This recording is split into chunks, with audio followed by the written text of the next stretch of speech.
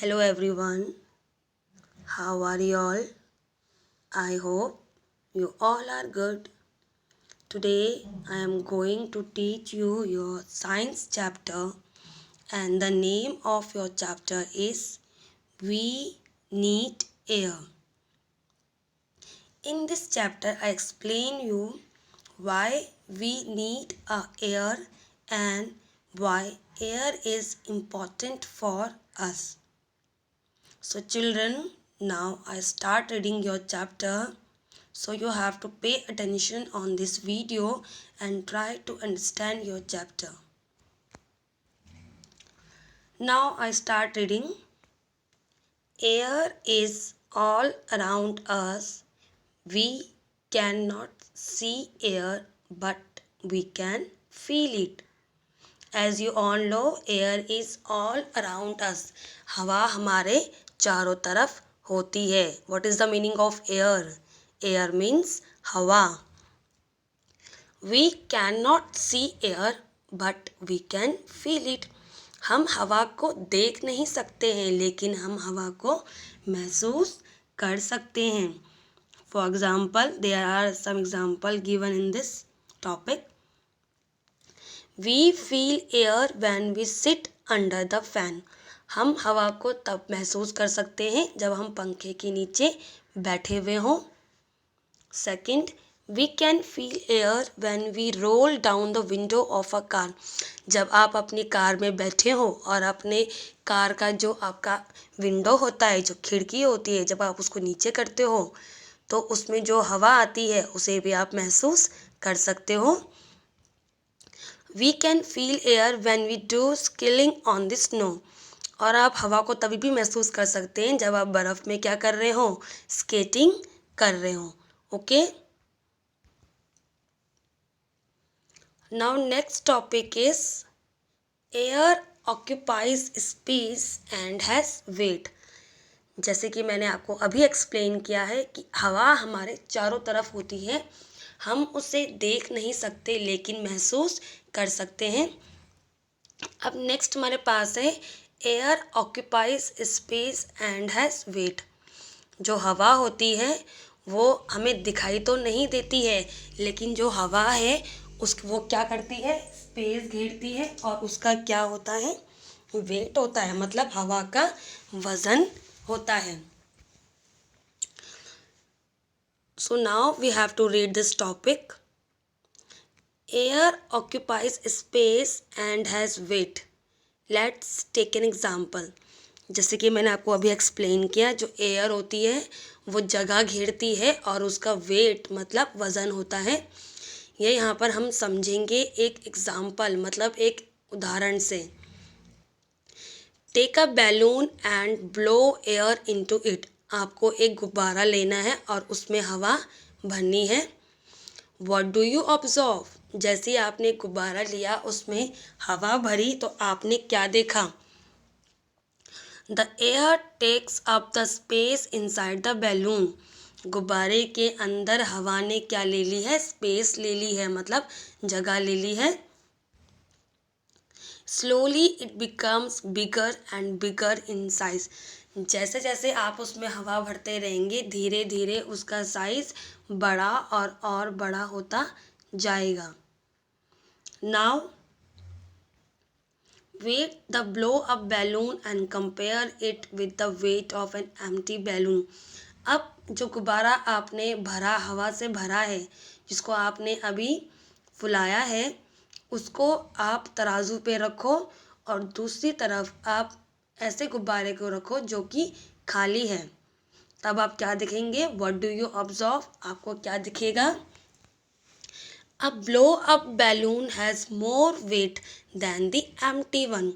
जो गुब्बारा आपने अभी हवा से भरा है उसका वज़न ज़्यादा होगा उस गुब्बारे से जो कि खाली है, जिसको आपने नहीं हवा से भरा है. ठीक है. इस एग्जाम्पल से हमने यही देखा है कि जो एयर है उसका क्या होता है, स्पेस भी होता है और वेट भी होता है. आपने जब गुब्बारे के अंदर हवा को भरा तो उसने क्या करा, स्पेस को घेर लिया. जैसे जैसे आपने उसे हवा से भरते रहे उसका साइज बड़ा होता रहा, ठीक है।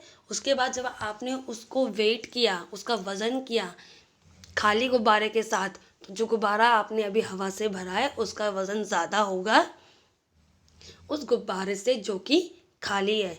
तो इस एग्जाम्पल से हमने क्या देखा कि जो एयर है वो स्पेस करता है ऑक्यूपाई और उसका वेट भी होता है। Okay children, now next topic is forms of air. Moving air is called wind. जो आपकी मूविंग एयर होती है उसे आप विंड बोलते हो। When the air moves gently it is called breeze. और जब आपकी हवा धीरे धीरे मूव करती है, धीरे धीरे चलती है, उसे आप क्या बोलते हो? ब्रीज बोलते हो। When the wind blows very fast it is called a storm. और जब आपकी हवा बहुत तेज़ चलती है तब आप उसे क्या बोलते हो? स्ट्रॉम मीन्स तूफान। It damage trees, building, houses and many other things। और जो आपका स्ट्रॉम होता है, जो तूफान होता है, उससे आपकी कई चीज़ों का नुकसान होता है, जैसे कि पेड़ों का, बिल्डिंग का, घरों का और कई चीज़ों का। तूफान के आने से बहुत सारी चीज़ें टूट कर गिर जाती हैं, बहुत नुकसान होता है। इसलिए जो स्ट्रॉम होता है वो बहुत ही डेंजरस होता है। Okay, next topic is air help अस। अब हवा हमारी कैसे कैसे मदद करती है वो हम इस टॉपिक में देखेंगे। Air help us to breathe. हवा हमें सांस लेने में मदद करती है। आप जो ब्रीथ करते हो, जो सांस लेते हो, वो आप क्या लेते हो? ऑक्सीजन लेते हो। तो ऑक्सीजन भी आपकी क्या है? एक हवा है। Plants breathe through leaves. जो पौधे हैं वो किससे सांस लेते हैं? पत्तियों से। Human beings breathe with the help of nostrils. जो ह्यूमन बींग है, जैसे कि हम इंसान हैं, हम क्या हैं? ह्यूमन बींग हैं। तो हम सांस कहाँ से लेते हैं? अपनी नाक से। Fish breathe through gills. आपकी जो फिश है, जो वाटर में रहती है, वो भी ब्रीथ करती है, क्योंकि वो क्या है? लिविंग बींग है, वो जिंदा है, वो भी सांस लेती है। तो पानी के अंदर जो वो सांस लेती है वो किससे लेती है? गिल्स। ये उसका एक बॉडी ऑर्गन है जिसके थ्रू वो सांस लेती है। Air is use to blow instrument like flutes, mouth organ etcetera. अब हवा का इस्तेमाल जो आपके मुंह से बजने वाले यंत्र होते हैं, इंस्ट्रूमेंट होते हैं, उसमें भी यूज़ होता है। लाइक फ्लूट मतलब बांसुरी और माउथ ऑर्गन, इनको बजाने के लिए भी आप हवा का इस्तेमाल करते हो। Air help us to dry wet cloth. हवा का इस्तेमाल गीले कपड़ों को सुखाने के लिए भी किया जाता है। आपके जो क्लोथ्स हैं वो अगर आपकी धूप नहीं है लेकिन अगर आपकी हवा चल रही है तो उससे भी आपके कपड़े सूख सकते हैं।